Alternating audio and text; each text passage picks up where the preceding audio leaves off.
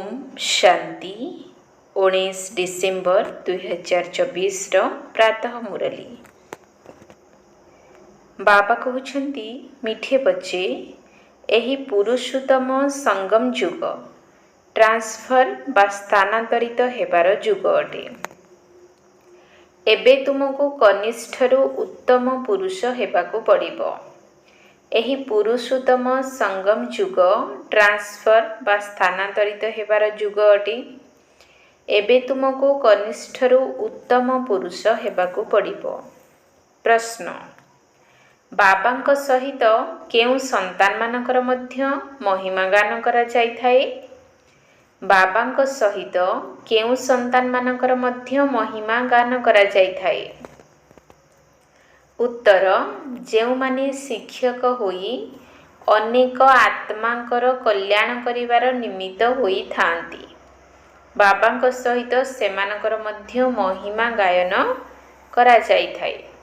करी कराइबा वाला बाबा पिलामानक द्वारा अनेकंकर कल्याण कराई थांती, तेणु पिलामानकर मध्य महिमा होई जाउछि। कहउछंती बाबा अमुक मो उपरे दया कली, जहा द्वारा मु कौन थिली कौन होई गली।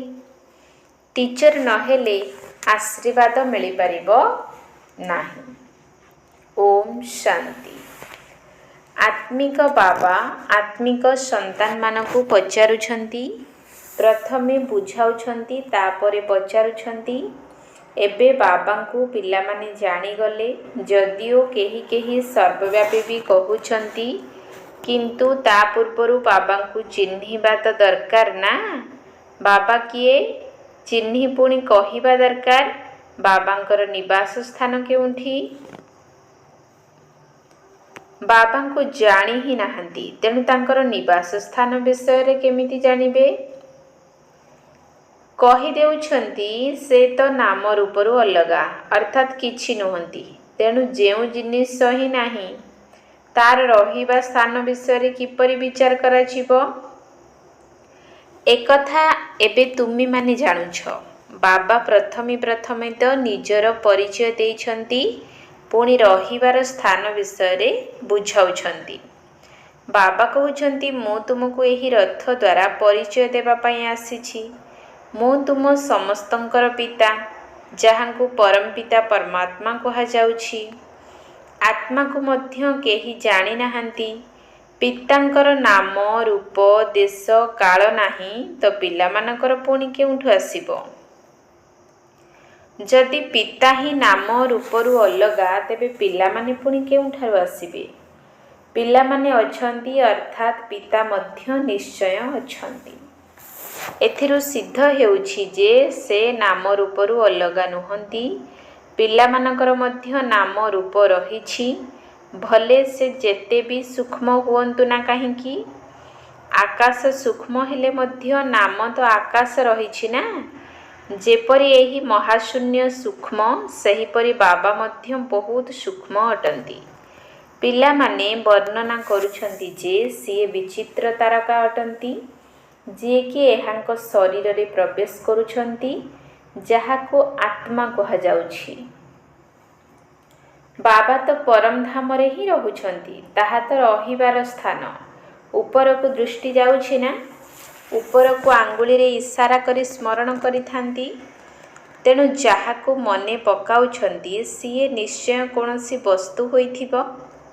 परम पिता परमात्मा तो कहउछंती ना, पुणी नाम रूपरु अलगा कहिबा एहाको अज्ञान कहा जाउछि। बाबांकु जानिबा एहाको ज्ञान कहा जाउछि। एकथा मध्य तुमी जानुछ जे आमे पूर्वरु अज्ञानी थिलु, बाबांकु मध्य जानि नथिलु, निजको मध्य जानि नथिलु। एबे बुझी पारुछ आमे आत्मा अटु, शरीर नुही। आत्मा को अविनाशी कहा जाउछि, तेणु निश्चित कोनोसी जिनिस अटे ना। अविनाशी कोनोसी नाम नुही। अविनाशी अर्थात जहार विनाश हुए नाही। तेणु निश्चित कोनोसी वस्तु अटे। पिला मानकु भल भावरे बुझा जाइछि।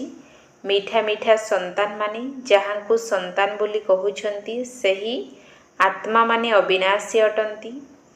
एकथा आत्मा मानकर पिता परमपिता परमात्मा बसी बुझाउछंती। एही खेल थरे मात्र होइथाए जेतेबेले कि बाबा आसी पिला मानकु निजर परिचय देउछंती। मु मध्य अभिनयकारी अटे, किपरि अभिनय करुछि एकथा मध्य तुम बुद्धि रे अछि। पुरुणा अर्थात पतित आत्मा को नुआ पवित्र कराउछंती। तेणु शरीर मध्य तुमर पुणी सेठारे फूल सदृश हेब, एहा तो बुद्धि रे अछि ना। एबे तुमे बाबा बाबा कहूछ, एही अभिनय तो चली ना। आत्मा मध्य कहूछि आम आत्मा मानकु शांति धाम घर को नहीं जिबा पाई बाबा आसिछंती। शांति धाम परे ही हेउछि सुख धाम। शांति धाम परे दुख धाम होई परिबो नाही। नुआ दुनिया रे सुख अछि बोली कहा जाउछि। एही देवी देवता माने जदि चैतन्य होई थांते एवं तांकु जदि केही पचारि थांते आपण मानकर निवास स्थान केउठी, तेबे से माने कहि थांती आमे स्वर्ग रे रहुछु। एबे एही जड़ मूर्ति तो कथा कहि परिबो नाही। तुमे तो कहि परिबो ना आमे वास्तव रे स्वर्गवासी देवी देवता थिलु, पुणी 84 जन्मर चक्र लगाई एबे संगम जुग को आसीछु। एहा ट्रांसफर बा स्थानांतरित हेबार पुरुषोत्तम संगम जुग अटे। पिला माने जानिछंती आमे बहुत उत्तम पुरुष हेबाकु जाउछु। आमे प्रति 5000 वर्ष परे सत्व प्रधान होइथाउ। सत्व प्रधान मध्य क्रम अनुसारे कुहा जिवो। तेबे ही समस्त पाठ आत्मा को मिलिछि। एपरि कुहा जिवो नाही कि मनुष्य को पाठ मिलिछि, मु आत्मा मते पाठ मिलिछि, मु आत्मा 84 जन्म नेउछि, मु आत्मा बाबांक संपत्तिर उत्तराधिकारी अटे। उत्तराधिकारी सर्वदा पुरुष होइथांती, स्त्री नुहे। एबे तुम संतान मानको पक्का बुझिबाकु हेबो जे आमे सबु आत्मा माने पुरुष अटु। समस्तंकु बेहद्र बाबांक ठारु वर्षा मिली थाए। लौकिक पितांक ठारु केवल पुओ को वर्षा मिली थाए, झियो को नुही। एपरि भी नुही आत्मा सर्वदा फीमेल होई थाए। बाबा बुझाउछंती तुमे आत्मा केतेबेले मेल केतेबेले फीमेल र शरीर नेउछ। वर्तमान समय रे तुमे समस्ते मेल सट। सबु आत्मा मानकु एकमात्र बाबांक ठारु वर्षा मिली थाए। समस्ते संतान ही संतान अटंती। समस्तंकर पिता जणे ही अटंती। बाबा मध्य कहउछंती हे पिला माने तुमे सबु आत्मा माने पुरुष अट, मोर आत्मिक संतान अट। पुणी अभिनय करिबा पाई मेल फीमेल उभय दरकार। तेबे तो मनुष्य सृष्टिर वृद्धि हेबो। ए कथा को तुम व्यतीत केही भी जानि नाहंती।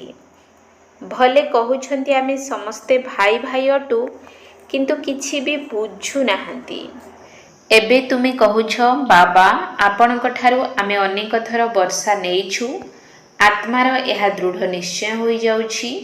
आत्मा निश्चय बाबा को मने पकाई थाए, कहि थाए बाबा दया कर, बाबा एबे आपण आसंतु, आमे समस्ते आपणकर संतान हेबु। देह सहित देहर सबु संबंध को छाड़ी आमे आत्मा माने आपण को ही मने पकाइबु। बाबा बुझाइछंती निजको आत्मा भाबी मते मने पकाओ। बाबांक ठारु आमे किपरि वर्षा पाउछु। प्रति 5000 वर्ष परे आमे एही देवता किभଳି हेउछु एहा मध्य जानिबा दरकार ना। स्वर्गर वर्षा काहा ठारु मिलुछि एहा एबे तुमे बुझुछ। बाबा तो स्वर्गवासी नुहंती, पिला मानकु कराउछंती। निजे तो नरक को ही आसुछंती। तुमे मध्य बाबांकु नरक को ही डाकुछ। जेतेबेले कि तुमे तम प्रधान होई जाउछ, जहा एहा तम प्रधान दुनिया अटे ना। 5000 वर्ष पूर्वरु एमानकर राज्य थिला, सेतेबेले दुनिया सत प्रधान थिला। एही कथा को एही पाठ पढ़ा को तुमे एबे ही जानुछ। एहा हेउछि मनुष्यरु देवता हेबार पाठ पढ़ा। मनुष्य से देवता किए करत न लगी वार, अर्थात मनुष्यरु देवता हेबाकु समय लागे नाही। ସନ୍ତାନ ହେଲ ଅର୍ଥାତ୍ ଉତ୍ତରାଧିକାରୀ ହେଲ। ବାବା କହୁଛନ୍ତି ତୁମେ ସବୁ ଆତ୍ମା ମାନେ ମୋର ସନ୍ତାନ ଅଟ। ତୁମକୁ ମୁଁ ମୋର ସମ୍ପତ୍ତିର ଅଧିକାରୀ କରୁଛି। ତୁମେ ପରସ୍ପର ଭାଇ ଭାଇ ଅଟ। ତୁମର ରହିବାର ସ୍ଥାନ ବ୍ରହ୍ମଲୋକ ଅଥବା ନିର୍ବାଣ ଧାମ ଅଟେ, ଯାହାକୁ ନିରାକାରୀ ଦୁନିଆ ମଧ୍ୟ କହୁଛନ୍ତି। ସବୁ ଆତ୍ମାମାନେ ସେହିଠାରେ ରହିଥାନ୍ତି। ଏହି ସୂର୍ଯ୍ୟ ଚନ୍ଦ୍ରଠାରୁ ମଧ୍ୟ ଊର୍ଦ୍ଧ୍ୱରେ ତୁମର ସୁଇଟ୍ ସାଇଲେନ୍ସ ଘର ରହିଛି। କିନ୍ତୁ ସେଠାରେ ତ ତୁମେ ସମସ୍ତେ ସବୁବେଳ ପାଇଁ ରହିଯିବ ନାହିଁ। ବସି ରହି କ'ଣ କରିବ? ତେବେ ତାହା ତ ଯେପରି ଜଡ଼ ଅବସ୍ଥା ହୋଇଗଲା। ଯେତେବେଳେ ଆତ୍ମା ଏଠାକୁ ଆସି ଅଭିନୟ କରିବ, ସେତେବେଳେ ତାକୁ ଚୈତନ୍ୟ କୁହାଯିବ। ଆତ୍ମା ବାସ୍ତବରେ ଚୈତନ୍ୟ, କିନ୍ତୁ ପାଠ ନ କରିଲେ ତ ଜଡ଼ ହେଲା ନା। ତୁମେ ଏଠାରେ ଛିଡ଼ା ହୋଇ ଯଦି ହାତ ପାଦ ନ ଚଳାଇଲ, ତେବେ ତ ଯେପରି ଜଡ଼ ହେଲ ନା। ସେଠାରେ ତ ପ୍ରକୃତ ଶାନ୍ତି ରହିଥାଏ। ଆତ୍ମାମାନେ ଯେପରି ଜଡ଼ ଅବସ୍ଥାରେ ରହିଥାନ୍ତି, କିଛି ହେଲେ ଅଭିନୟ କରିନଥାନ୍ତି। ଅଭିନୟ କରିବାରେ ତ ଶୋଭା ରହିଥାଏ ନା। ଶାନ୍ତିଧାମରେ କିଏ ଶୋଭା ଥିବ? ଆତ୍ମାମାନେ ସୁଖ ଦୁଃଖର ଅନୁଭବରୁ ଊର୍ଦ୍ଧ୍ୱରେ ରହିଥାନ୍ତି, କିଛି ଅଭିନୟ ହିଁ କରୁନାହାନ୍ତି। ତେବେ ସେଠାରେ ରହି ଲାଭ କ'ଣ? ପ୍ରଥମେ ସୁଖର ଅଭିନୟ କରିବାକୁ ହେବ। ପ୍ରତ୍ୟେକଙ୍କୁ ପ୍ରଥମରୁ ହିଁ ପାଠ ମିଳିଛି। କେହି କେହି ତ କହୁଛନ୍ତି ଆମର ମୁଖ୍ୟ ଦରକାର, ଯେପରି ପାଣି ଫୋଟକା ପାଣିରେ ମିଶିଗଲା। ବାସ୍, ଆତ୍ମାର ଅସ୍ତିତ୍ୱ ଯେପରି କିଛି ହିଁ ନାହିଁ। କିଛି ଅଭିନୟ ନ କରିଲେ ଯେପରି ଜଡ଼ କୁହାଯିବ। ଚୈତନ୍ୟ ହୋଇ ମଧ୍ୟ ଜଡ଼ ହୋଇ ପଡ଼ି ରହିଲେ କ'ଣ ଫାଇଦା? ଅଭିନୟ ତ ସମସ୍ତଙ୍କୁ କରିବାକୁ ହିଁ ପଡ଼ିବ। ତେବେ ହିରୋ ହିରୋଇନଙ୍କର ଅଭିନୟକୁ ମୁଖ୍ୟ ବୋଲି କୁହାଯାଏ। ତୁମ ସନ୍ତାନମାନଙ୍କୁ ହିରୋ ହିରୋଇନର ଉପାଧି ମିଳୁଛି। ଆତ୍ମା ଏଠାରେ ଅଭିନୟ କରୁଛି। ପ୍ରଥମେ ସୁଖର ରାଜ୍ୟ କରୁଛି, ପୁଣି ରାବଣର ଦୁଃଖର ରାଜ୍ୟକୁ ଯାଉଛି। ଏବେ ବାବା କହୁଛନ୍ତି ତୁମେ ସନ୍ତାନମାନେ ସମସ୍ତଙ୍କୁ ଏହି ସନ୍ଦେଶ ଦିଅ। ଟିଚର ହୋଇ ଅନ୍ୟମାନଙ୍କୁ ବୁଝାଅ। ଯିଏ ଟିଚର ହେଉନାହାନ୍ତି ତାଙ୍କର ପଦ କମ୍ ହେବ। ଟିଚର ହେବା ବିନା କାହାକୁ ଆଶୀର୍ବାଦ କିପରି ମିଳିବ? ଯେପରି କାହାକୁ ପଇସା ଦେଲେ ତାଙ୍କୁ ଖୁସି ଲାଗିଥାଏ ନା, ସେହିପରି ସେମାନେ ମନରେ ଭାବୁଛନ୍ତି ବିକେ ଆମ ଉପରେ ଦୟା କରୁଛନ୍ତି। ଯେଉଁମାନେ ଆମକୁ କ'ଣରୁ କ'ଣ କରିଦେଉଛନ୍ତି। ବାଃ ବାବା, ଆପଣ ଏହି ପିଲାମାନଙ୍କ ଦ୍ୱାରା ଆମର କେତେ କଲ୍ୟାଣ କରୁଛନ୍ତି। କାହା ଦ୍ୱାରା ତ ହେଉଛି ନା। ବାବା କରଣଙ୍କ ରାବଣହାର ଅଟନ୍ତି। ତୁମ ଦ୍ୱାରା କରାଉଛନ୍ତି। ତୁମର କଲ୍ୟାଣ ହେଉଛି। ତେଣୁ ତୁମେ ପୁଣି ଅନ୍ୟମାନଙ୍କୁ ବାବାଙ୍କର ପରିଚୟ ଦେଉଛ। ଯେତେ ଯେତେ ଯିଏ ସେବା କରୁଛନ୍ତି, ସିଏ ସେତେ ଉଚ୍ଚ ପଦ ପାଉଛନ୍ତି। ରାଜା ହେବାକୁ ହେଲେ ପ୍ରଜା ମଧ୍ୟ କରିବାକୁ ପଡ଼ିବ। ଯିଏ ଭଲ ନମ୍ବର ରଖିବେ, ସେ ମଧ୍ୟ ରାଜା ହେବେ। ମାଳା ତିଆରି ହେଉଛି ନା, ତେବେ ନିଜକୁ ପଚାରିବା ଉଚିତ ଆମେ ମାଳାରେ କେଉଁ ନମ୍ବରରେ ରହିବୁ। ନଅରତ୍ନ ମୁଖ୍ୟ ଅଟନ୍ତି ନା। ଯିଏ ହୀରା ତିଆରି କରୁଛନ୍ତି, ସିଏ ମଝିରେ ଅଛନ୍ତି। ହୀରାକୁ ମଝିରେ ରଖିଥାନ୍ତି। ମାଳାର ଉପରେ ଫୁଲ ମଧ୍ୟ ଅଛି ନା। ଶେଷରେ ତୁମେ ଜାଣିପାରିବ କିଏ କିଏ ମୁଖ୍ୟଦାନା ହେବେ, ଯିଏକି ରାଜବଂଶରେ ଆସିବେ। ପଛରେ ତୁମକୁ ନିଶ୍ଚୟ ଏସବୁ ସାକ୍ଷାତକାର ହେବ। ଦେଖିବ କିପରି ଏମାନେ ସମସ୍ତେ ଦଣ୍ଡ ପାଉଛନ୍ତି। ଆରମ୍ଭରେ ଦିବ୍ୟ ଦୃଷ୍ଟି ଦ୍ୱାରା ତୁମେ ସୂକ୍ଷ୍ମ ଲୋକରେ ଦେଖୁଥିଲ, ଏହା ମଧ୍ୟ ଗୁପ୍ତ। ଆତ୍ମା ଦଣ୍ଡ କେଉଁଠାରେ ଭୋଗ କରୁଛି? ଏହା ମଧ୍ୟ ଡ୍ରାମାରେ ପାର୍ଟ ଅଛି। ଗର୍ଭ ଜେଲରେ ଦଣ୍ଡ ମିଳିଥାଏ। ଜେଲରେ ଧର୍ମରାଜକୁ ଦେଖି ପୁଣି କହିଥାନ୍ତି ମୋତେ ବାହାରକୁ ବାହାର କରିଦିଅ।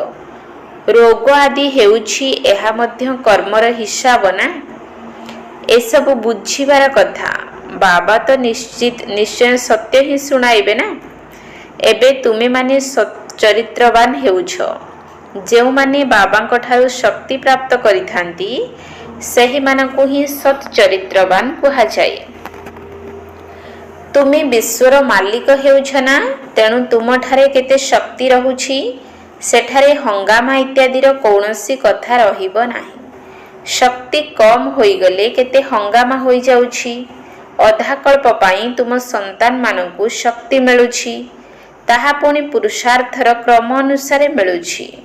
ସମସ୍ତେ ସମାନ ରୂପରେ ନା ଶକ୍ତି ପାଇପାରିବେ ନା ପଦ ପାଇପାରିବେ, ଏହା ମଧ୍ୟ ପୂର୍ବରୁ ନିର୍ଦ୍ଧାରିତ ହୋଇ ରହିଛି। ଡ୍ରାମାରେ ଅନାଦି ନିର୍ଦ୍ଧାରିତ ହୋଇ ରହିଛି।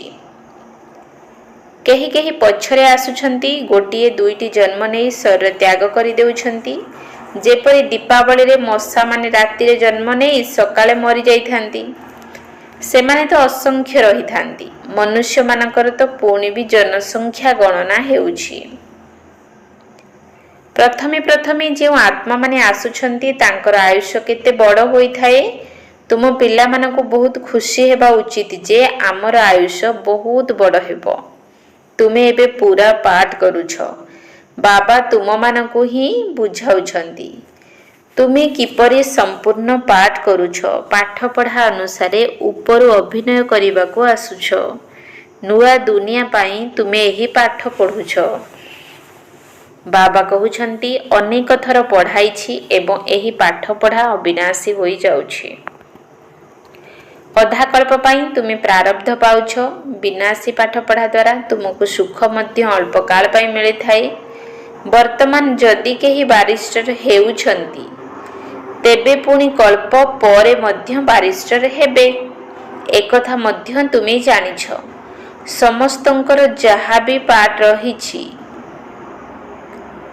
ସେହି ପାଠ କଳ୍ପ କଳ୍ପ ଚାଲିବ। ଦେବତା ହୁଅନ୍ତୁ ଅଥବା ଶୂଦ୍ର, ପ୍ରତ୍ୟେକଙ୍କର ସେହି ପାଠ ଚାଲିବ ଯାହା କଳ୍ପ କଳ୍ପ ଚାଲିଥାଏ। ଏଥିରେ କୌଣସି ଫରକ ହୋଇପାରିବ ନାହିଁ। ପ୍ରତ୍ୟେକ ନିଜ ନିଜର ଅଭିନୟ କରିଚାଲିଛନ୍ତି। ଏସବୁ ପୂର୍ବ ପ୍ରସ୍ତୁତ ଖେଳ ଅଟେ। ପଚାରୁଛନ୍ତି ପୁରୁଷାର୍ଥ ବଡ଼ ନା ପ୍ରାରବ୍ଧ ବଡ଼? ପୁରୁଷାର୍ଥ ବିନା ତ ପ୍ରାରବ୍ଧ ମିଳିନଥାଏ। ଡ୍ରାମା ଅନୁସାରେ ପୁରୁଷାର୍ଥ ଦ୍ୱାରା ପ୍ରାରବ୍ଧ ମିଳିଥାଏ। ତେଣୁ ସମସ୍ତ ବୋଝ ଡ୍ରାମା ଉପରେ ଆସିଯାଉଛି। ତେଣୁ ପୁରୁଷାର୍ଥ କେହି କରୁଛନ୍ତି, କେହି କରୁନାହାନ୍ତି। ଆସିକରି ମଧ୍ୟ ପୁରୁଷାର୍ଥ କରୁନାହାନ୍ତି, ତେଣୁ ପ୍ରାରବ୍ଧ ମଧ୍ୟ ମିଳୁନାହିଁ। ସାରା ଦୁନିଆରେ ଯେଉଁ ଅଭିନୟ ଚାଲୁଛି ସେସବୁ ପୂର୍ବ ପ୍ରସ୍ତୁତ ଡ୍ରାମା ଅଟେ। ଆଦିରୁ ଅନ୍ତ ପର୍ଯ୍ୟନ୍ତ ଆତ୍ମାରେ ପୂର୍ବରୁ ହିଁ ପାଠ ନିର୍ଦ୍ଧାର୍ଯ୍ୟ ହୋଇ ରହିଛି। ଯେପରି ତୁମ ଆତ୍ମାରେ 84 ଜନ୍ମର ପାଠ ରହିଛି। ହୀରା ବି ହେଉଛନ୍ତି ତ ପୁଣି କଉଡ଼ି ସଦୃଶ ମଧ୍ୟ ହୋଇଯାଉଛନ୍ତି। ଏସବୁ କଥା ତୁମେ ଏବେ ଶୁଣୁଛ। ସ୍କୁଲରେ ଯଦି କେହି ଫେଲ ହୋଇଗଲେ ତେବେ କୁହନ୍ତି ଇଏ ବୁଦ୍ଧିହୀନ ଅଟେ, ଧାରଣା ହେଉନାହିଁ। ଏହାକୁ ଭେରାଇଟି ବୃକ୍ଷ, ଭେରାଇଟି ଫିଚର୍ସ କୁହାଯାଉଛି। ଏହି ଭେରାଇଟି ବୃକ୍ଷର ଜ୍ଞାନ ବାବା ହିଁ ବୁଝାଉଛନ୍ତି। କଳ୍ପ ବୃକ୍ଷ ଉପରେ ମଧ୍ୟ ବୁଝାଉଛନ୍ତି। ବରଗଛର ଉଦାହରଣ ମଧ୍ୟ ଏହା ଉପରେ ରହିଛି। ତାର ବହୁତ ଶାଖା ପ୍ରଶାଖା ପ୍ରସାରିତ ହୋଇଥାଏ। ପିଲାମାନେ ବୁଝୁଛନ୍ତି ଆମର ଆତ୍ମା ଅବିନାଶୀ ଅଟେ। ଶରୀର ତ ବିନାଶୀ ହୋଇଯିବ। ଆତ୍ମା ହିଁ ଧାରଣ କରୁଛି। ଆତ୍ମା ହିଁ 84 ଜନ୍ମ ନେଇଥାଏ। ଶରୀର ତ ବଦଳି ଚାଲିଛି, ସେହି ଆତ୍ମା ହିଁ ରହୁଛି। ଆତ୍ମା ହିଁ ଭିନ୍ନ ଭିନ୍ନ ଶରୀର ନେଇ ଅଭିନୟ କରୁଛି। ତେବେ ଏହା ନୂଆ କଥା ହେଲା ନା? ତୁମକୁ ମଧ୍ୟ ଏବେ ଏହି ଜ୍ଞାନ ମିଳୁଛି। କଳ୍ପ ପୂର୍ବରୁ ମଧ୍ୟ ତୁମେମାନେ ଏହିପରି ବୁଝିଥିଲ। ବାବା ମଧ୍ୟ ଭାରତକୁ ହିଁ ଆସୁଛନ୍ତି। ତୁମେ ସମସ୍ତଙ୍କୁ ସନ୍ଦେଶ ଦେଇ ଚାଲିଛ। କେହି ବି ଏପରି ରହି ନାହିଁ ଯାହାଙ୍କୁ ସନ୍ଦେଶ ନ ମିଳିବ। ସନ୍ଦେଶ ଶୁଣିବାର ଅଧିକାର ସମସ୍ତଙ୍କର ରହିଛି। ପୁଣି ବାବାଙ୍କ ଠାରୁ ବର୍ଷା ମଧ୍ୟ ନେବେ। କିଛି ତ ଶୁଣିବେ ନା, କାରଣ ସେମାନେ ମଧ୍ୟ ବାବାଙ୍କର ସନ୍ତାନ ଅଟନ୍ତି। ବାବା ବୁଝାଉଛନ୍ତି ମୁଁ ତୁମ ଆତ୍ମାମାନଙ୍କର ପିତା ଅଟେ। ମୋ ଦ୍ୱାରା ତୁମେ ଏହି ରଚନାର ଆଦି ମଧ୍ୟ ଅନ୍ତକୁ ଜାଣିବା ଦ୍ୱାରା ଏହି ପଦ ପାଉଛ। ବାକି ସମସ୍ତେ ମୁକ୍ତିକୁ ଚାଲି ଯାଉଛନ୍ତି। ବାବା ତ ସମସ୍ତଙ୍କର ସଦ୍ଗତି କରୁଛନ୍ତି। ଗାୟନ କରୁଛନ୍ତି ଓହୋ ବାବା ତୁମର ଲୀଳା। କ'ଣ ଲୀଳା? କିପରି ଲୀଳା? ଏହା ପୁରୁଣା ଦୁନିଆକୁ ବଦଳାଇବାର ଲୀଳା ଅଟେ। ଏ କଥା ଜାଣିବା ଦରକାର ନା? ଏହି କଥାକୁ ମନୁଷ୍ୟ ହିଁ ଜାଣିବେ ନା? ବାବା ତୁମ ପିଲାମାନଙ୍କୁ ହିଁ ଆସି ସବୁ କଥା ବୁଝାଉଛନ୍ତି। ବାବା ନଲେଜଫୁଲ୍ ଅଟନ୍ତି। ତୁମକୁ ମଧ୍ୟ ନଲେଜଫୁଲ୍ କରୁଛନ୍ତି। ତୁମେ ମଧ୍ୟ କ୍ରମାନୁସାରେ ନଲେଜଫୁଲ୍ ହେଉଛ। ତେବେ ଯେଉଁମାନେ ବୃତ୍ତି ନେଉଛନ୍ତି ସେହିମାନଙ୍କୁ ହିଁ ନଲେଜଫୁଲ୍ କୁହାଯିବ। ଆଚ୍ଛା, ମିଠା ମିଠା ଶିଖିଲଧେ ସନ୍ତାନମାନଙ୍କ ପ୍ରତି ମାତା ପିତା ବାପ ଦାଦାଙ୍କର ମଧୁର ସ୍ନେହ ସମ୍ପନ୍ନ ଶୁଭେଚ୍ଛା ଏବଂ ସୁପ୍ରଭାତ। ଆତ୍ମିକ ପିତାଙ୍କର ଆତ୍ମିକ ସନ୍ତାନମାନଙ୍କୁ ନମସ୍ତେ। ଆତ୍ମିକ ସନ୍ତାନମାନଙ୍କର ଆତ୍ମିକ ବାପ ଦାଦାଙ୍କୁ ନମସ୍ତେ ନମସ୍ତେ ନମସ୍ତେ। ସୁପ୍ରଭାତ। ଧାରଣା ପାଇଁ ମୁଖ୍ୟ ସାର। 1 ନମ୍ବର ପଏଣ୍ଟ, ସର୍ବଦା ଏହି ସ୍ମୃତିରେ ରହିବାକୁ ହେବ ଯେ ମୁଁ ଆତ୍ମା ପୁରୁଷ ଅଟେ। ମୋତେ ବାବାଙ୍କ ଠାରୁ ପୁରା ବର୍ଷା ନେବାକୁ ହେବ। ମନୁଷ୍ୟରୁ ଦେବତା ହେବାର ପାଠ ପଢ଼ିବାକୁ ହେବ ଏବଂ ପଢ଼ାଇବାକୁ ହେବ। ସର୍ବଦା ଏହି ସ୍ମୃତିରେ ରହିବାକୁ ହେବ ଯେ ମୁଁ ଆତ୍ମା ପୁରୁଷ ଅଟେ। ମୋତେ ବାବାଙ୍କ ଠାରୁ ପୁରା ବର୍ଷା ନେବାକୁ ହେବ। ମନୁଷ୍ୟରୁ ଦେବତା ହେବାର ପାଠ ପଢ଼ିବାକୁ ହେବ ଏବଂ ପଢ଼ାଇବାକୁ ହେବ। 2 ନମ୍ବର ପଏଣ୍ଟ, ସାରା ଦୁନିଆରେ ଯେଉଁ ସବୁ ଅଭିନୟ ଚାଲୁଛି ସେସବୁ ପୂର୍ବ ପ୍ରସ୍ତୁତ ଡ୍ରାମା ଅଟେ। ଏଥିରେ ପୁରୁଷାର୍ଥ ଏବଂ ପ୍ରାରବ୍ଧ ଦୁଇଟି ଯାକ ନିର୍ଦ୍ଧାର୍ଯ୍ୟ ରହିଛି। ପୁରୁଷାର୍ଥ ବିନା ପ୍ରାରବ୍ଧ ମିଳିପାରିବ ନାହିଁ। ଏହି କଥାକୁ ଭଲ ଭାବରେ ବୁଝିବାକୁ ହେବ। ସାରା ଦୁନିଆରେ ଯେଉଁ ସବୁ ଅଭିନୟ ଚାଲୁଛି ସେସବୁ ପୂର୍ବ ପ୍ରସ୍ତୁତ ଡ୍ରାମା ଅଟେ। ଏଥିରେ ପୁରୁଷାର୍ଥ ଏବଂ ପ୍ରାରବ୍ଧ ଦୁଇଟି ଯାକ ନିର୍ଦ୍ଧାର୍ଯ୍ୟ ରହିଛି। ପୁରୁଷାର୍ଥ ବିନା ପ୍ରାରବ୍ଧ ମିଳିପାରିବ ନାହିଁ। ଏହି କଥାକୁ ଭଲ ଭାବରେ ବୁଝିବାକୁ ହେବ। ବରଦାନ, ଯେକୌଣସି ସେବାକୁ ସଚ୍ଚା ହୃଦୟର ସହିତ ବା ଲଗନର ସହିତ କରୁଥିବା ସଚ୍ଚା ଆତ୍ମିକ ସେବାଧାରୀ ହୁଅ। ଯେକୌଣସି ସେବାକୁ ସଚ୍ଚା ହୃଦୟର ସହିତ ବା ଲଗନର ସହିତ କରୁଥିବା ସଚ୍ଚା ଆତ୍ମିକ ସେବାଧାରୀ ହୁଅ।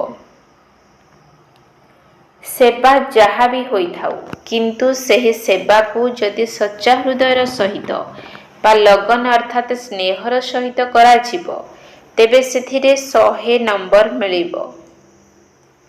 ସେବାରେ କେବେ ବି ଚିଡ଼ଚିଡ଼ାପଣିଆ ନ ଆସୁ ବା କାମ ତୁଟାଇ ଦେବା ହିସାବରେ ସେବା ନ ହେଉ। ତୁମର ସେବା ହିଁ ହେଉଛି ଅସଜଡ଼ାକୁ ସଜାଡ଼ିବା, ସମସ୍ତଙ୍କୁ ସୁଖ ଦେବା, ଆତ୍ମାମାନଙ୍କୁ ଯୋଗ୍ୟ ଏବଂ ଯୋଗୀ କରିବା, ଅପକାରୀର ଉପକାର କରିବା, ଆବଶ୍ୟକ ସମୟରେ ସମସ୍ତଙ୍କୁ ସହଯୋଗ ଦେବା। ଏହିଭଳି ସେବା କରୁଥିବା ଆତ୍ମାମାନେ ହିଁ ସଚ୍ଚା ଆତ୍ମିକ ସେବାଧାରୀ ଅଟନ୍ତି। ସ୍ଲୋଗାନ, ପବିତ୍ରତା ହିଁ ବ୍ରାହ୍ମଣ ଜୀବନର ନବୀନତା ଏବଂ ଜ୍ଞାନର ମୂଳଦୁଆ ଅଟେ। ପବିତ୍ରତା ହିଁ ବ୍ରାହ୍ମଣ ଜୀବନର ନବୀନତା ଏବଂ ଜ୍ଞାନର ମୂଳଦୁଆ ଅଟେ। ଓମ୍ ଶାନ୍ତି।